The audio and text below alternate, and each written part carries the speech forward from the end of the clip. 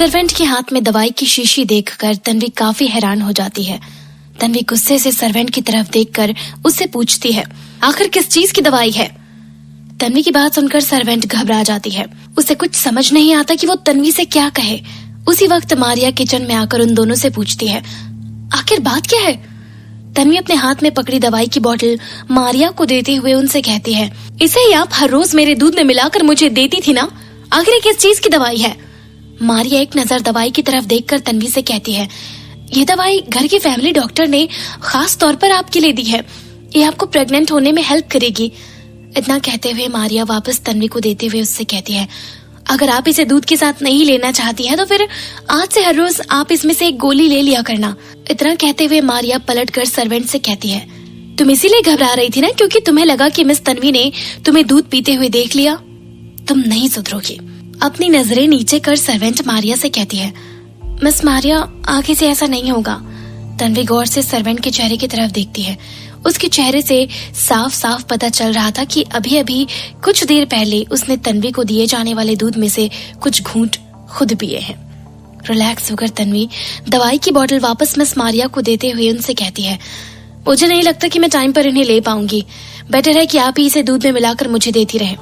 इतना कहते हुए तन्वी दूध का ग्लास उठाकर उसे एक ही घूंट में खत्म करके ऑफिस के लिए निकल पड़ती है।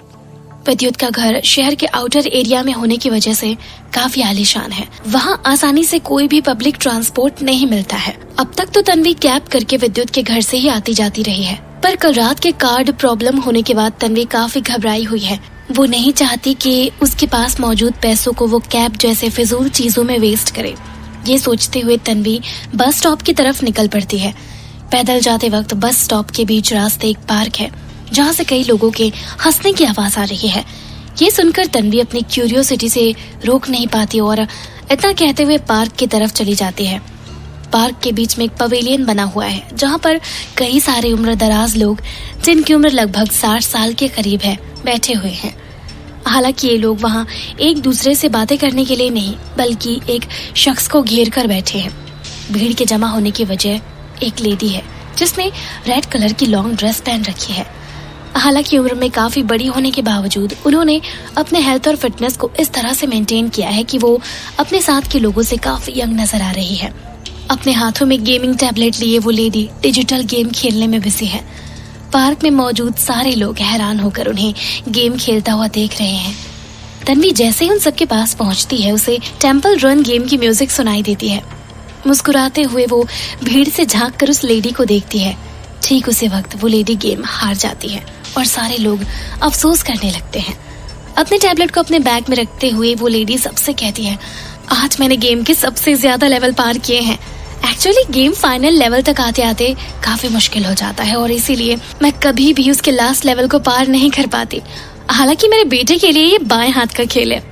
अपनी बात कहते हुए उस लेडी के चेहरे पर गर्व साफ साफ झलक रहा है। इतनी देर में भीड़ में से एक 20 साल का लड़का चिढ़ते हुए उस औरत से कहता है, अगर ऐसी बात है तो फिर आप अपने बेटे को गेम खेलने के लिए क्यों नहीं बुला लेती? भीड़ के लोगों का सारा ध्यान उस लड़के की तरफ चला जाता है।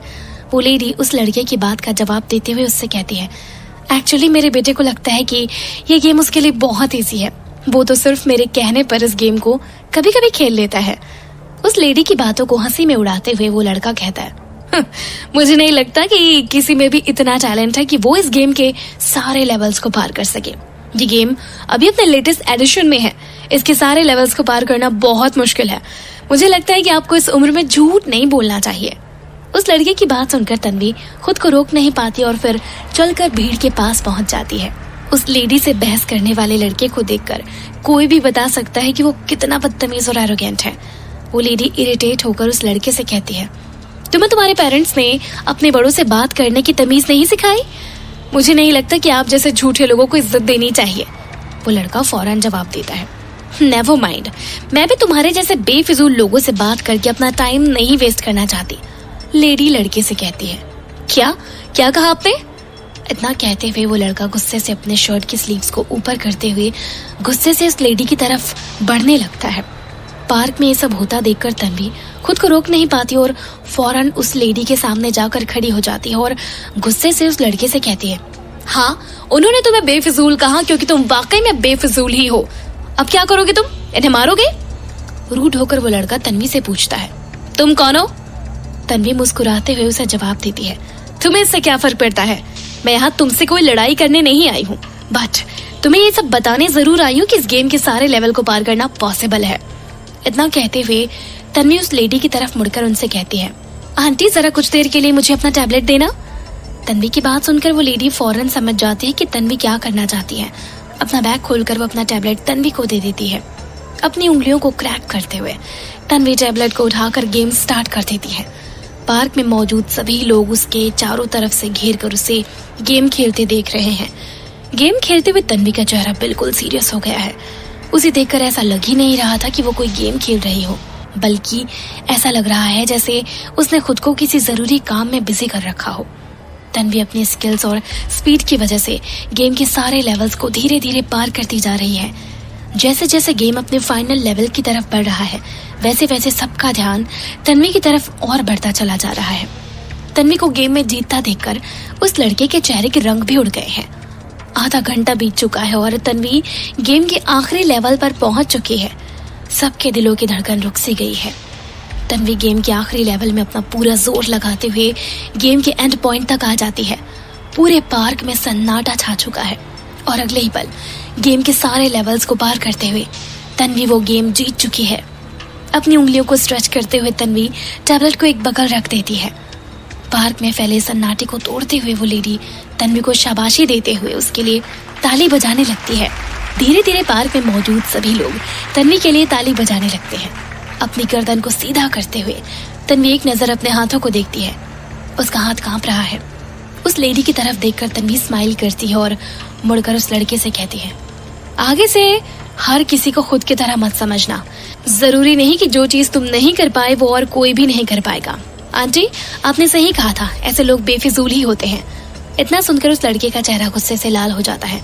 गुस्से से तन्वी को घूरते हुए वो वहां से चला जाता है। उसके जाते ही तन्वी को रियलाइज होता है कि वो पिछले आधे घंटे से गेम खेल रही थी। आज जरूर वो अपने ऑफिस के लिए लेट हो जाएगी। फौरन अपना बैग उठाकर तन्वी तेजी से पार्क के बाहर निकल ही रही होती है कि पीछे से कोई उसके हाथ को पकड़कर उसे रोक लेता है। तन्वी पीछे मुड़कर देखती है तो उस लेडी ने ही तन्वी का हाथ पकड़ा हुआ है। वो लेडी तन्वी से पूछती है, तुम्हारा नाम क्या है? कितने साल की हो तुम? तुम्हारा कोई बॉयफ्रेंड है? उस लेडी के सवालों को सुनते ही तन्वी को हंसी आ जाती है। वो मुस्कुराते हुए कहती है, आंटी, अभी मुझे ऑफिस के लिए लेट हो रहा है, हम लोग फिर कभी बात करें, अगर मुलाकात हुई तो। इतना कहते हुए तन्वी वहां से चली जाती है। उसके जाते ही वो लेडी मुस्कुराते हुए किसी सोच में खो जाती है। काश सबको ऐसे ही बच्चे मिले। अगले ही पल वो अपने बैग से फोन निकाल कर एक नंबर डायल करती है। हेलो विद्युत, मैं वापस आ गई हूँ, फौरन मुझे आकर रिसीव करो, मैं बहुत ज्यादा देर तक वेट नहीं करूंगी। असल में वो लेडी और कोई नहीं बल्कि विद्युत नोमानी की माँ है।